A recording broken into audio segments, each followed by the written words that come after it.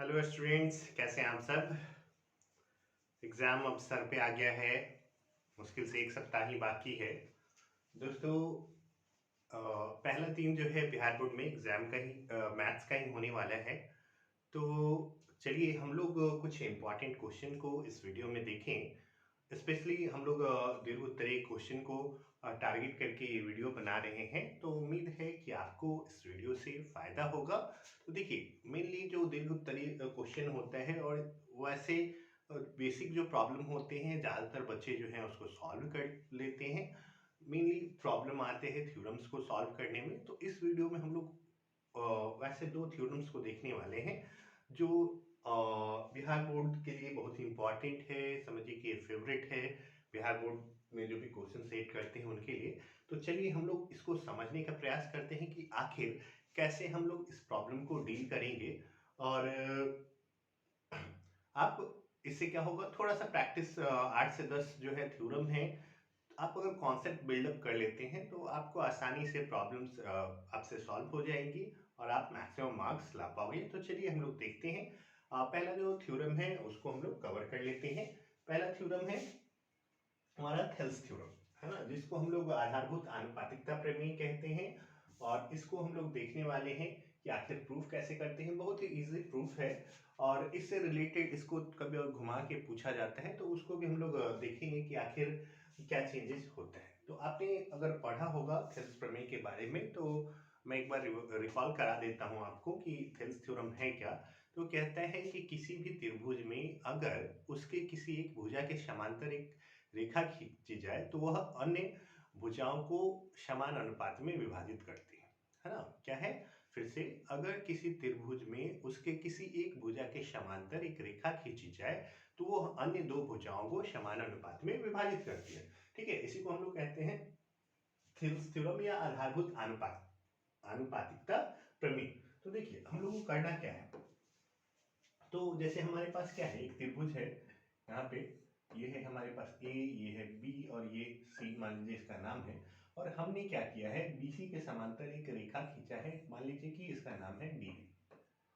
ठीक है, तो अब हम लोग को ये कहना है, हम लोग को प्रूफ करके क्या दिखाना है, अगर डी समांतर बीसी है तो हमारे पास रिलेशन आना चाहिए एडी बाई डी बी बराबर आएगा क्या, ए बाई ई सी। इस रिलेशन को प्रूफ करना है। ठीक है, तो हम लोग कैसे करेंगे, हमारे लिखने का ढंग क्या होगा। तो देखिए, जैसे भी बुक में लिखा रहता है ऐसे तो मैं रिकमेंड नहीं करता हूँ कि आप वैसे लिखें। ठीक है, फिर भी कई बार जो है टीचर जो है बुक से ही जो मेथड है उसको प्रेफर करते हैं, तो मैं उसी को लिखने का बता देता हूँ कि आपको कैसे लिखना है, हमारा जो प्रूफ होगा वो कैसा होगा। अगर आप इसका आंसर लिखेंगे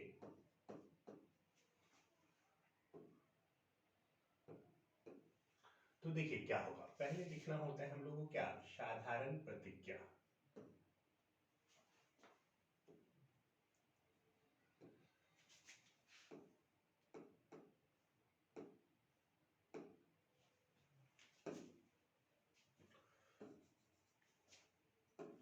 तो देखिए सबसे पहले क्या लिखेंगे हम लोग, साधारण प्रतिज्ञा। और साधारण प्रतिज्ञा में हम लोग क्या करते हैं कि जो हमारा स्टेटमेंट होता है वो लिख देते हैं हम लोग।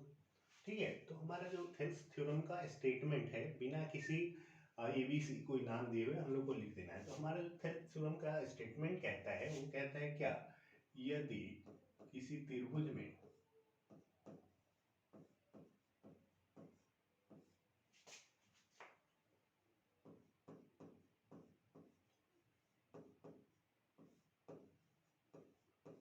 उसकी एक रेखा के समांतर, उसकी एक भुजा के समांतर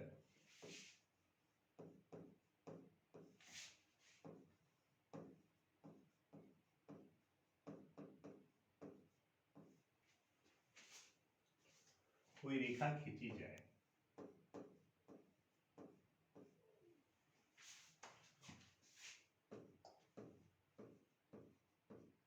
रेखा खींची जाए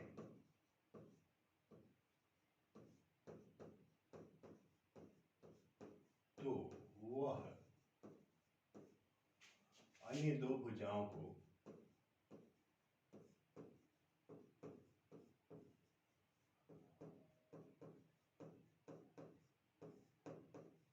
समान अनुपात में विभाजित करती है।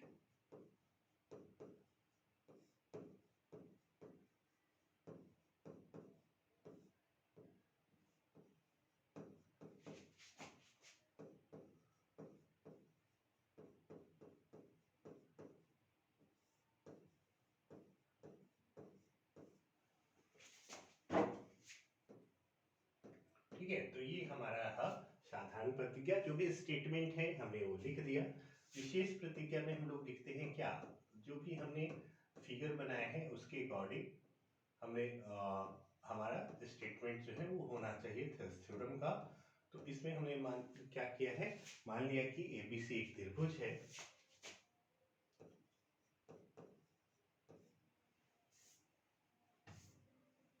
मान लिया कि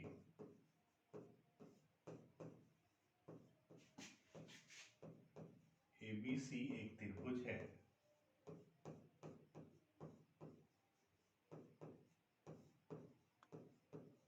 जिसके भुजा बीसी के समांतर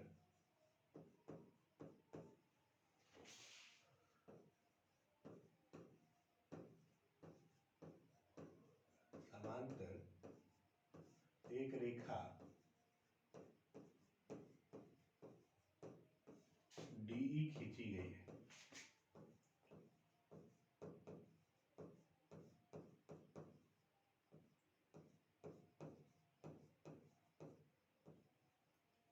ठीक है, तो हम लोग को जो भी आपने फिगर बनाया है उसके अकॉर्डिंग यहाँ पे स्टेटमेंट लिख देना है। तो सिद्ध करना है, यहाँ पे लिखेंगे क्या, अब जो भी सिद्ध करना है यहाँ पे अलग लिखेंगे। तो सिद्ध करना है कि, तो हमारे पास क्या सिद्ध करना है, एडी बटे डीबी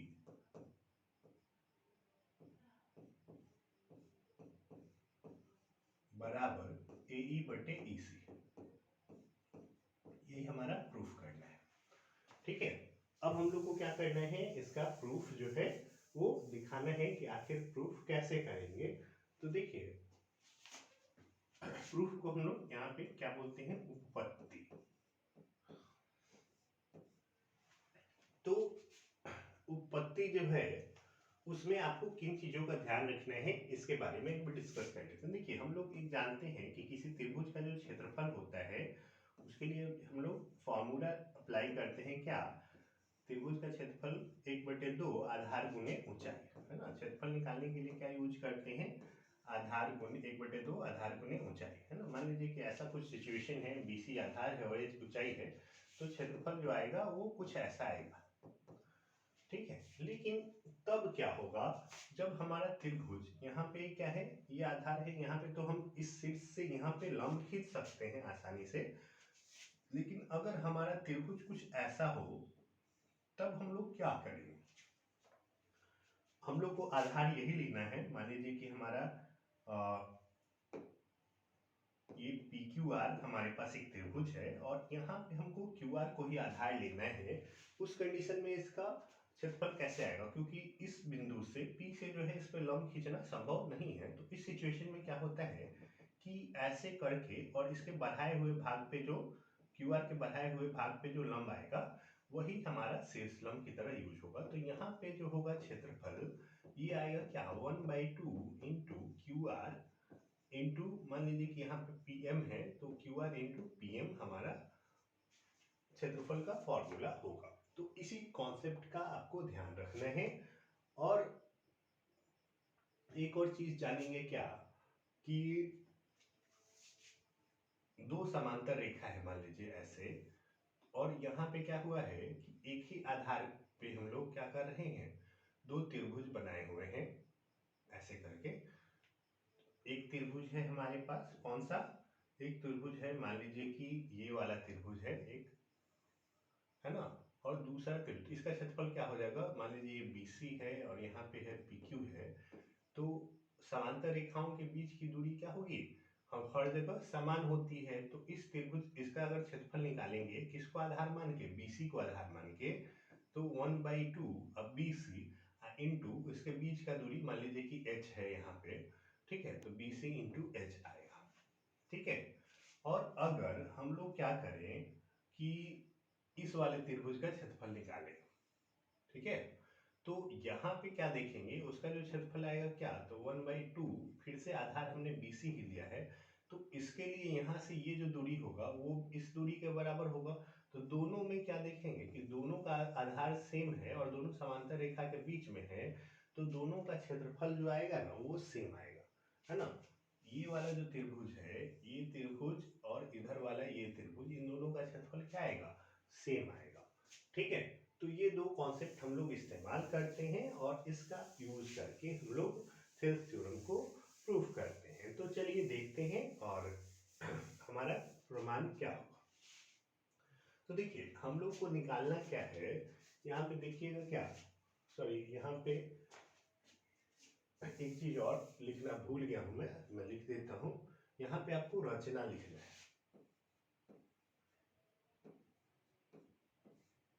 रचना मतलब कंस्ट्रक्शन और भी चीजें जो हम लोग इसमें बना रहे हैं। तो हम लोग क्या करेंगे, देख रहे हैं क्या कि हम लोग डी से सी को मिलाया, डी सी को मिलाया,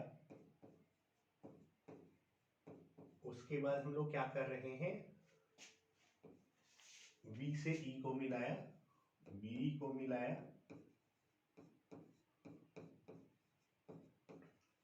उसके बाद ये तो दो सामने सामने मिला दिया।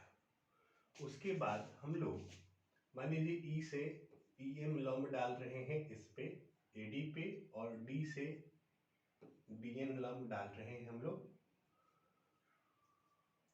A पे। तो लिखेंगे क्या, ई से EM लंब AD तथा डी से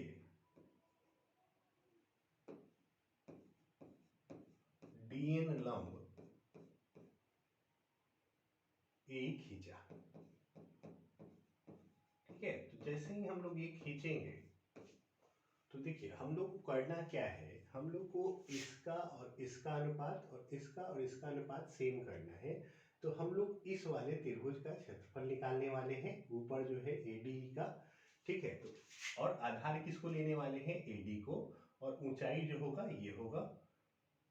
फिर हम लोग क्या करेंगे, इस वाले त्रिभुज का क्षेत्रफल निकालेंगे, उसके बाद इधर इसको आधार लेके फिर इसी त्रिभुज का क्षेत्रफल निकालेंगे इसको आधार लेके, और फिर इस वाले त्रिभुज का क्षेत्रफल हम लोग निकालेंगे इसको आधार लेके, ठीक है। तो इतना हम लोग को करना है। तो चलिए हम लोग क्या करते हैं, अब उत्पत्ति लिखते हैं और हम लोग प्रूफ करने का प्रयास करते हैं कि कैसे हमारा स्टेटमेंट होगा। त्रिभुज ADE का क्षेत्रफल क्या करेंगे, त्रिभुज ADE का क्षेत्रफल निकालना है हमारे पास। तो AD का क्षेत्रफल क्या हो जाएगा, 1/2 बेस हमारा हो जाएगा AD, और उसके बाद और ऊंचाई जो हो जाएगी उसके संगत शीर्षलंब कौन सा हो जाएगा, ये बेस है तो ये हाइट हो जाएगा, है ना, EM हो जाएगा। उसके बाद त्रिभुज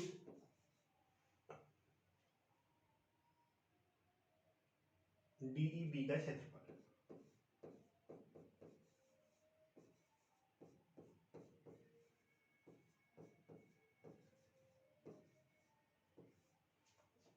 तो ये क्या आ जाएगा, 1/2 इंटू, हम लोग इसमें क्या कर रहे हैं, DB को आधार दे रहे हैं, ये आधार है। तो चूंकि यहाँ से इधर शीर्षलंब नहीं खींचा जा सकता है, तो शीर्षलंब क्या होगा, इसके बढ़ाए हुए भाग पे ये जो शीर्षलंब होगा वही, मतलब EM जो होगा इस वाले त्रिभुज के लिए शीर्षलंब का काम करेगा, ठीक है। तो हमारे पास क्या है, ये आ जाएगा EM। इसलिए त्रिभुज ADE का क्षेत्रफल बट्टा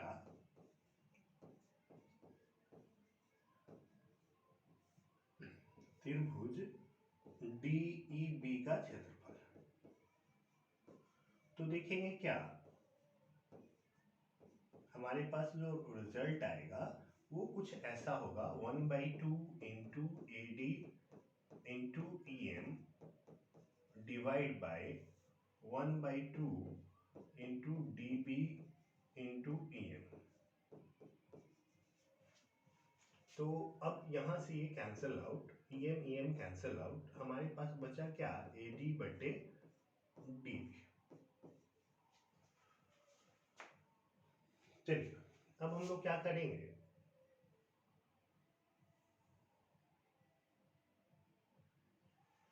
इसी प्रकार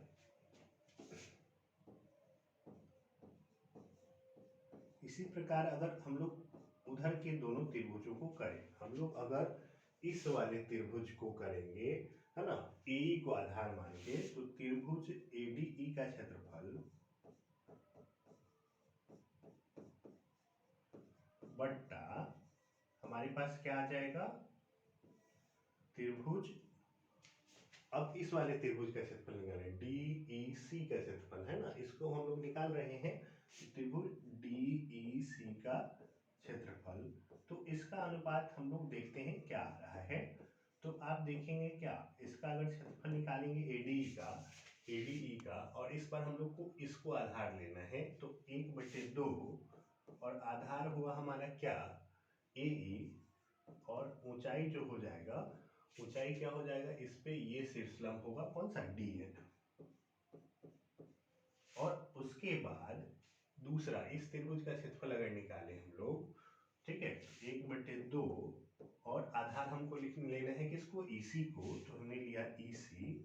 और फिर से आप देखेंगे कि यहाँ पे इस शीर्ष से इस पे लंब नहीं खींचा जा सकता, तो यही शीर्षलंब की तरह काम करेगा। तो हमारे पास DN ही शीर्षलंब रहा। यहाँ से हाफ और हाफ कैंसिल आउट, DN से DN कैंसिल आउट, तो हमारे पास आया AE बटे EC। ठीक है, तो देख रहे हैं क्या कि यहाँ पे दोनों अनुपात में एक जो है ऊपर त्रिभुज ADE का क्षेत्रफल है ना, तो हम लोग किसी भी तरीके से एक ही त्रिभुज का क्षेत्रफल निकाले तो उसका मान हमेशा सेम आएगा।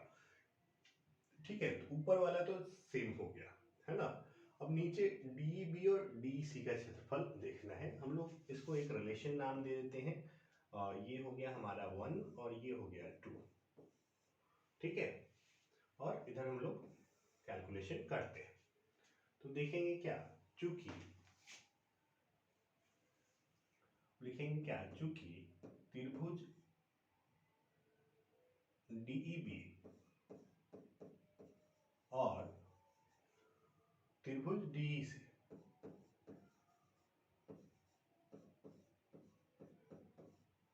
एक ही आधार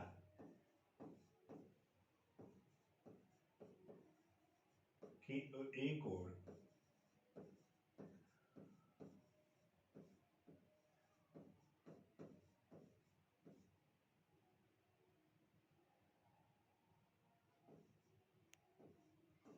एक ही समांतर रेखा के बीच स्थित है, एक ही समांतर रेखा नहीं, ये थोड़ा सा स्टेटमेंट, एक ओर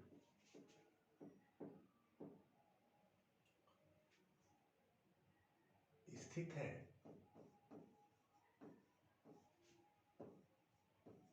तथा उनका शीर्ष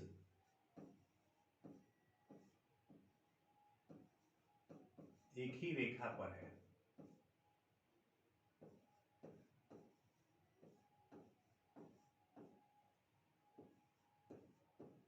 ठीक है, एक ही रेखा मतलब समांतर रेखा पर है, इसी पे इसका भी शीर्ष इसी पे है और इसका भी, तो हम लोग इसको आधार लेंगे और यहाँ से इसका जो दूरी होगा तो आधार गुणे ऊंचाई जो आएगा वही इस त्रिभुज का भी आएगा, है ना,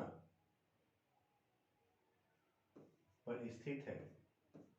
इसलिए क्या होगा कि दोनों का क्षेत्रफल सेम हो जाएगा, इसलिए त्रिभुज DEB का क्षेत्रफल बराबर हो जाएगा क्या, त्रिभुज DEC का क्षेत्रफल।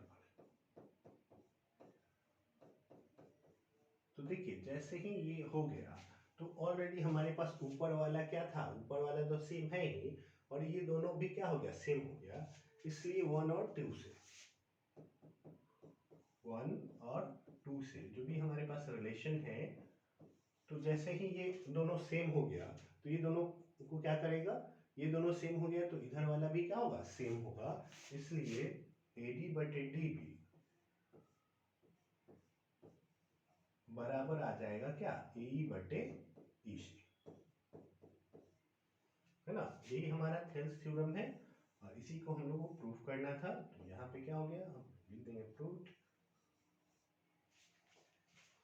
ठीक है, तो उम्मीद करता हूँ कि आपको समझ में आ गया होगा, बहुत ही इजी है, थोड़ा सा दिमाग लगाना है, थोड़ा सा प्रैक्टिस अगर आप कर लेंगे तो आप आसानी से इसका पूरा नंबर उठा सकते हैं। ठीक है, चलिए अब एक इससे रिलेटेड और है जिसको हम लोग क्या कहते हैं, थेल्स थ्योरम का विलोम।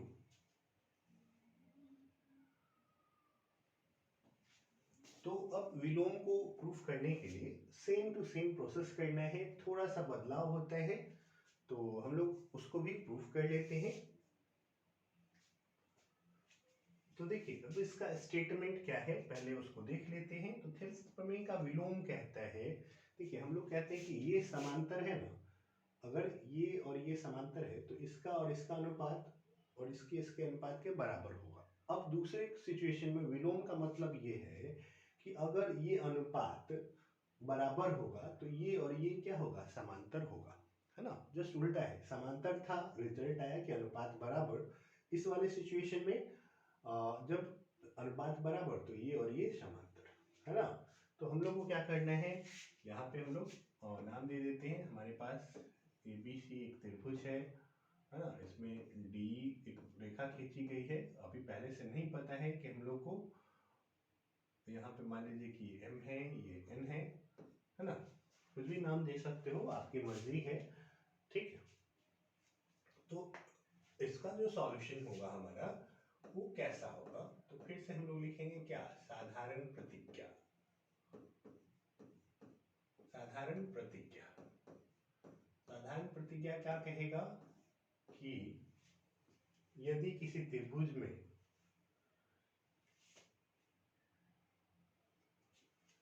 यदि किसी त्रिभुज में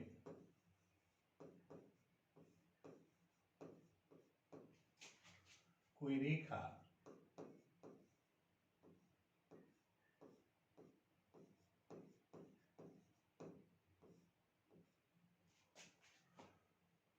किन्हीं दो भुजाओं को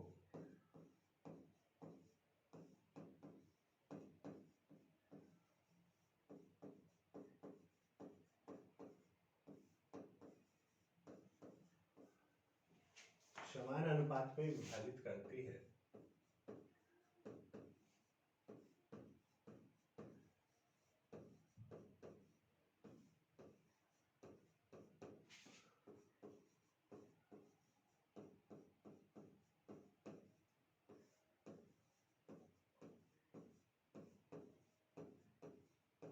तो वह तीसरी भुजा के समांतर होती है।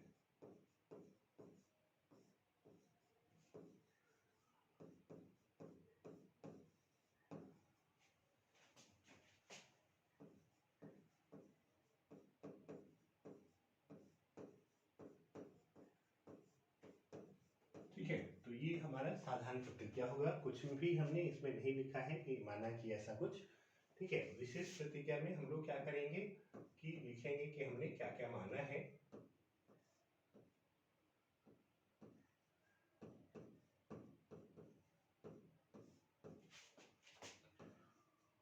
माना कि त्रिभुज ABC में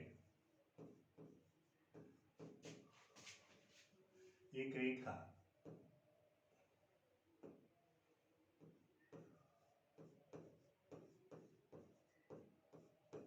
DE इस प्रकार है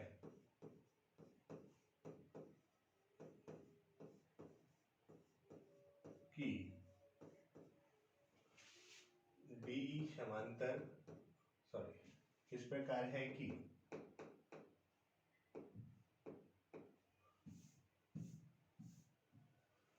AD बटे DB बराबर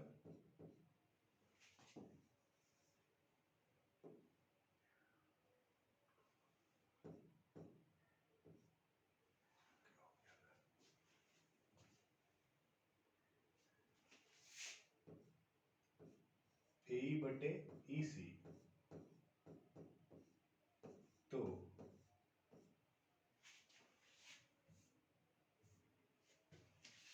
तो सिद्ध करना है कि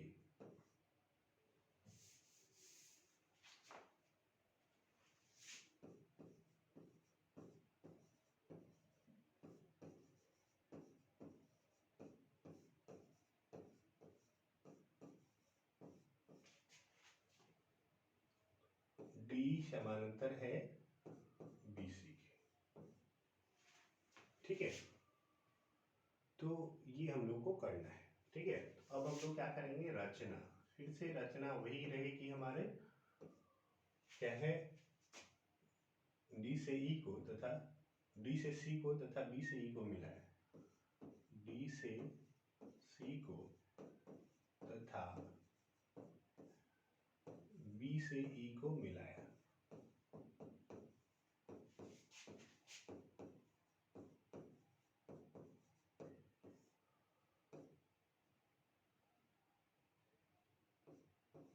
DN लंब AE तथा E से EM लंब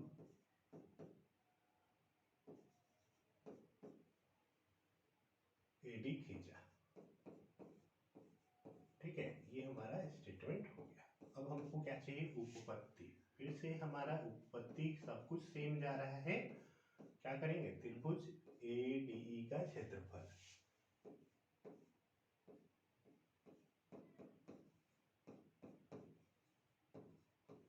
क्या आ जाएगा, 1/2 गुने आधार, हमारे पास है AD गुने EM, ये आ जाएगा त्रिभुज DEB का क्षेत्रफल,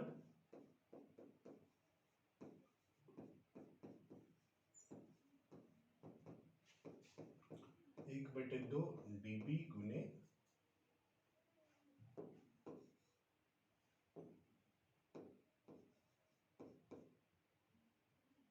EM। अभी हमने देखा है DB और यहाँ पे लंब ये होगा, इसलिए त्रिभुज ADE का क्षेत्रफल बटा त्रिभुज DEB का क्षेत्रफल, क्या आ जाएगा हमारे पास, 1/2 into AD into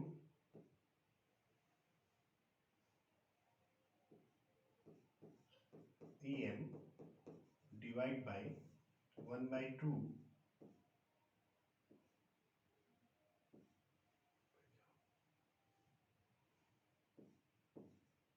into DB into EM।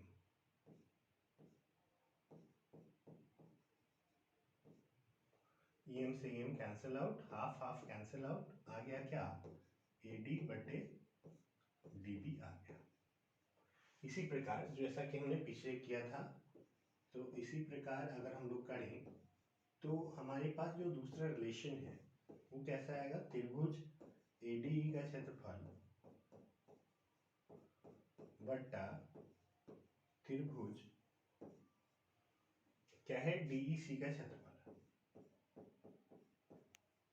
तो इसमें हमारे पास क्या आ जाएगा, तो 1/2 इंटू, अब हम लोग को उधर वाला इसको आधार लेना है, तो आ जाएगा क्या, AE, और उसके बाद ऊंचाई, इस आधार के लिए DN ऊंचाई हो जाएगा, तो DN डिवाइड बाई 1/2 इंटू, ये आधार EC है और ऊंचाई फिर से DN ही रहेगा, ये कैंसिल आउट हो गया।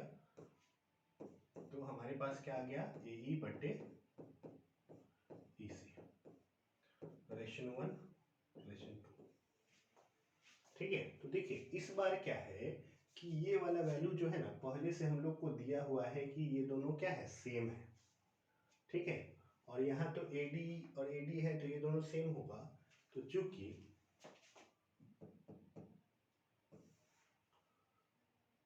AD बटे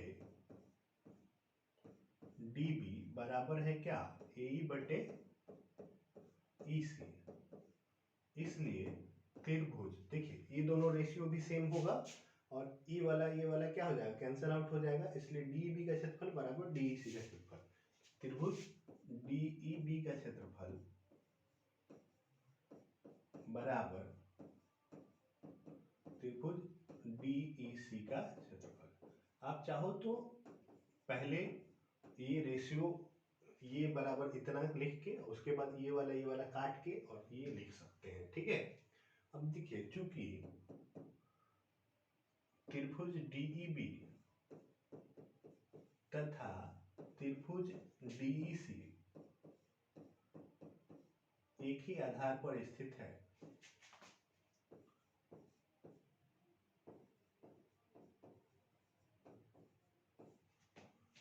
D पर स्थित है,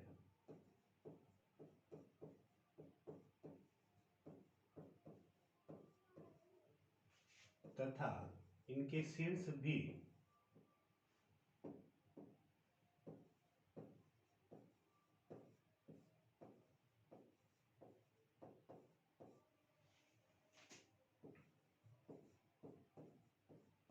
एक ही रेखा BC पर स्थित है,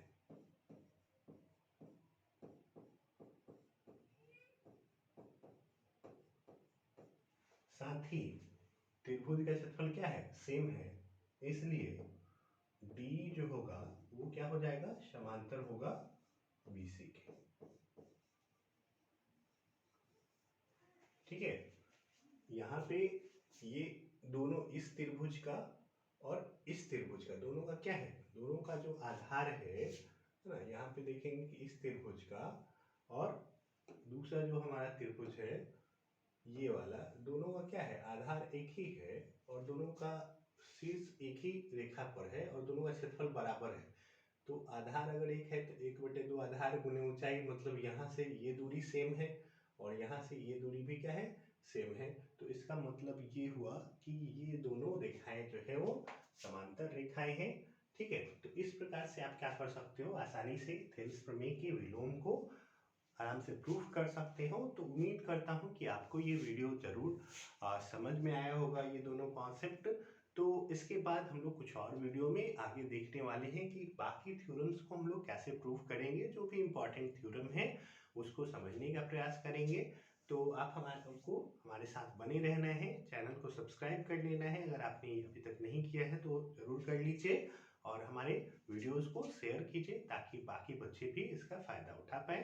मिलते हैं आपसे अगले वीडियो में। जय हिंद।